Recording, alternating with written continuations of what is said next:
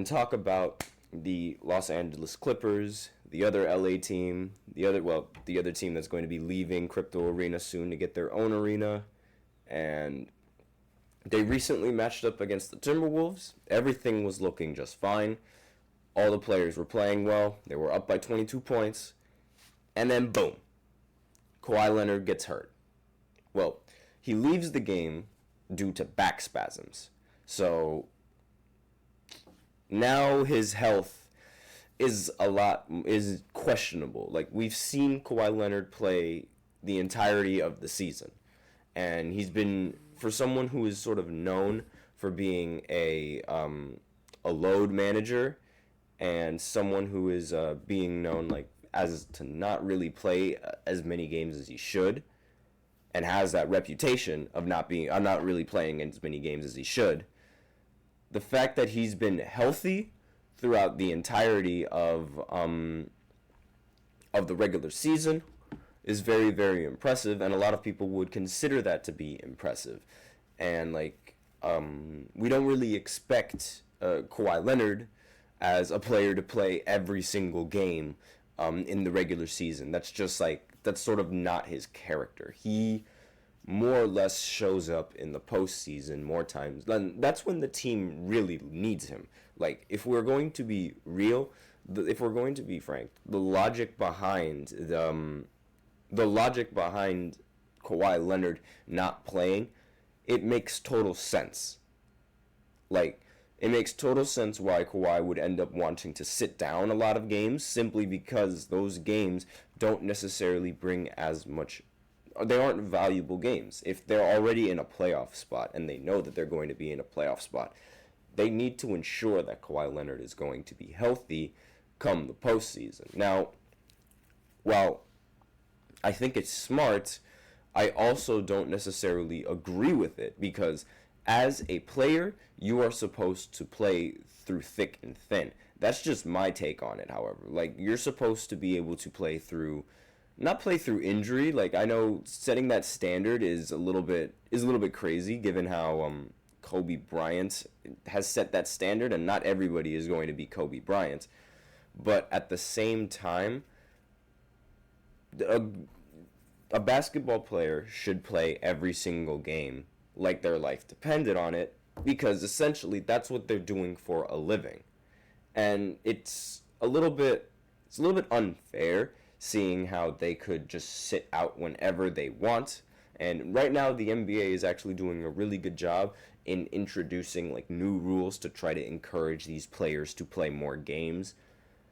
But that could bring a lot of good to the league, but it could also bring a lot of bad to the league, because with that game eligibility requirement that's newly introduced this season, we could start seeing a lot more people sort of win awards, but players that don't necessarily deserve to win the award over others strictly win it because they meet that game eligibility, and some of the good players might not. Like, for example, Joel Embiid, if he does not make All-NBA first team, or if he does not make any of those type of teams, doesn't make the All-Star team, it's mostly because of his injuries, and it just wouldn't be fair to just assess those injuries in player awards, because injuries are sort of a thing that players can't really control. Even though I do agree with the saying that your best ability is your availability, and if you aren't there when your team needs you, then what is the point? That is just me, however. Now, let's talk about the game itself. So, the Clippers, they were up by 22 points, and then Kawhi Leonard ended up going out with his back spasm, and the Clippers ended up losing this game, which is which is not really surprising now that I think about it. I mean, they were playing the Timberwolves, and it's not like the Clippers aren't known for blowing leads 24/7, because that's exactly what the Clippers are known for. They're known for losing games that they should end up winning, and this isn't the first time that they have a collapse like this against a good team. So what can go wrong will go wrong with this Clippers team, with every Clippers team that plays. And it's it's really concerning that Kawhi Leonard ended up leaving this game, and the minute that he left, the team was losing. Like, they didn't have Kawhi, so like it makes sense that the team would end up losing. But you can't collapse like that after being up 22 points. You just can't collapse. You have to know how to close out these games. You just can't do that. And it's something that the Clippers have struggled with every single year. Every single time. They always struggle with this. I don't know what it is. This team, they just know how to lose in the fourth quarter, and it's plagued their franchise for centuries, for years. It's plagued them. They couldn't hold on to a lead in the bubble. They couldn't hold on to a lead against the Houston Rockets. They couldn't hold on to a lead against the Spurs. It's just something that plagues them every single time. They could not stop Chris Paul when he was on Phoenix. They just go through the same motions every time, and it's like nothing changes. And it's sort of gotten to that point, like, when are we going to see a change in this team? And I understand it's the regular season, so I totally understand that there's still time.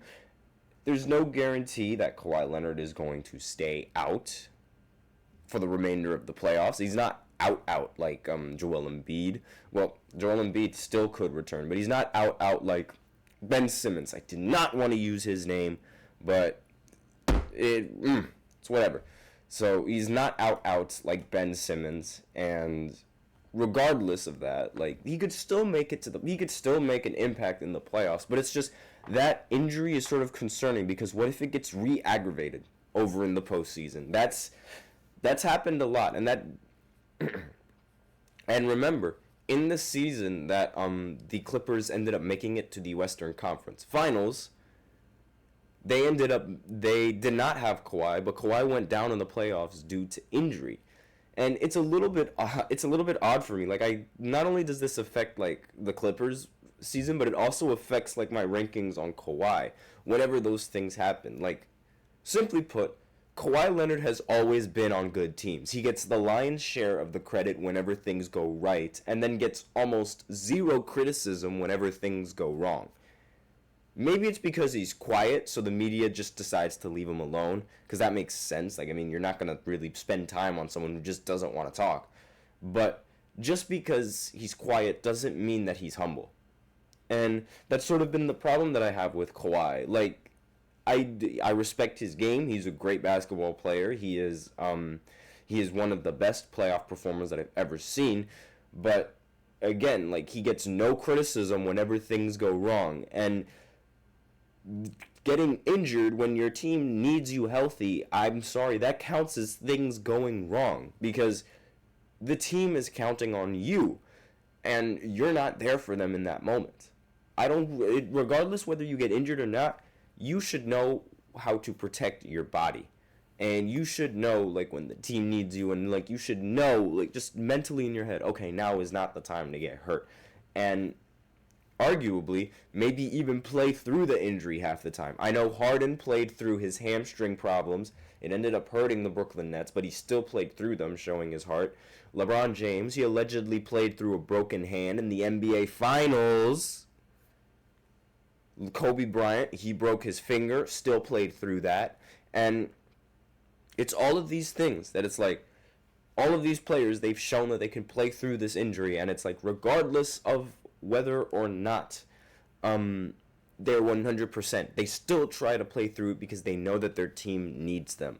And I don't see Kawhi Leonard doing that. Now, I might just be a little bit biased now because my feelings towards Kawhi are a little bit meh, but I just don't see him do that whatsoever. And this could definitely go into effect in the playoffs. Now, does that mean the Clippers should worry? I mean, I'm not entirely sure, because then again, when Kawhi Leonard was out in the playoffs, the team ended up making it much farther without him. So, how is that going to work? Is he going to go, are they going to go farther with him, or are they going to not go as far with him? And I think the biggest factor of the playoffs for the Clippers is going to be James Harden. I really think that he's going to be the make or break for this team. The team needs to have him consistent and needs to have him hitting shots. And the thing about him is that in the postseason, he always disappears. It happens every single time. Any important game that you can think of that James Harden has been a part of, he ended up not performing, underperforming, or playing worse than what he usually does. That's just what he does. That's the standard for James Harden in the postseason. Just in the postseason.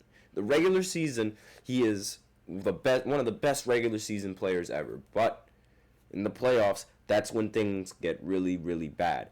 He only has, off the top of my head, he only has just about 2 very good games in important situations. Like first round games, I'm sorry, those aren't really a big deal. It's the second round and the third round that James Harden really struggles in. And there aren't really that many dominant performances that you can pick out from any of those series and be like, "Oh, James Harden was insane in this series," because there would always be that one game where he just underperforms. And the thing is, it's every single season with Harden. You can look at the numbers and you can look at his play style and you can look at what he does.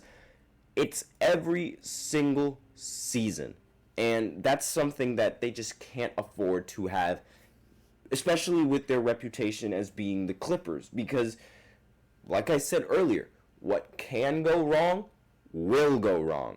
And it's very concerning because this is a team that is literally the favorites to win it all. Like, I believe that at one point they actually had even higher odds than the Boston Celtics to make the finals and win it all. So it's not like this team doesn't have the pieces that it needs. No, they are the favorites. And usually when the Clippers are the favorites to win at anything, they don't perform. They don't meet expectations. And it's very concerning. Again, one Western Conference Finals appearance in their entire lifetime as an organization. And they did that without Kawhi Leonard. That's very, very concerning, especially after the fact that they literally just lost to the number 1 seed, a team that they're most likely expected to go into the playoffs. And they didn't even have Karl-Anthony Towns. I almost forgot to mention that. The Timberwolves, they don't have Karl-Anthony Towns, and they've still been able to keep afloat in this game, and even end the game winning by 18. The final score was 118-100. Anthony Edwards played 37 minutes and ended the game with 37 points. Nickeil Alexander-Walker ended the game with 28 points, 9 of 10 from the field, 5 of 6 from 3. And Mike Conley ended the game with 23 points, 9 of 15 from the field. So when you get all of these players, these guys should not have been having the types of games that they were having.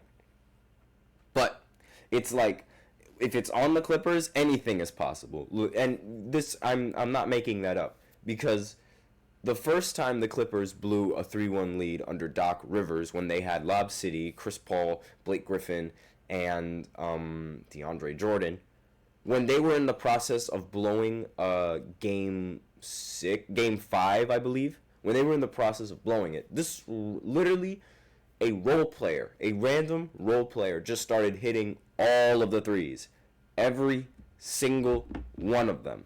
And it's like role players outdoing themselves against the Clippers is nothing new, and that is a very big problem with that team. But with that, we are out of time for the first segment, so I'm done talking about the Clippers. I'm done talking down about them, because they still are a good team. Hopefully, we'll see if they can do something in the playoffs. I doubt it, but the next segment we are going to be talking about the New York Knicks. OG Anunoby finally returned from his injury, so I will be touching on that, and as well as their previous game with the 76ers. So I will be right back after this short break.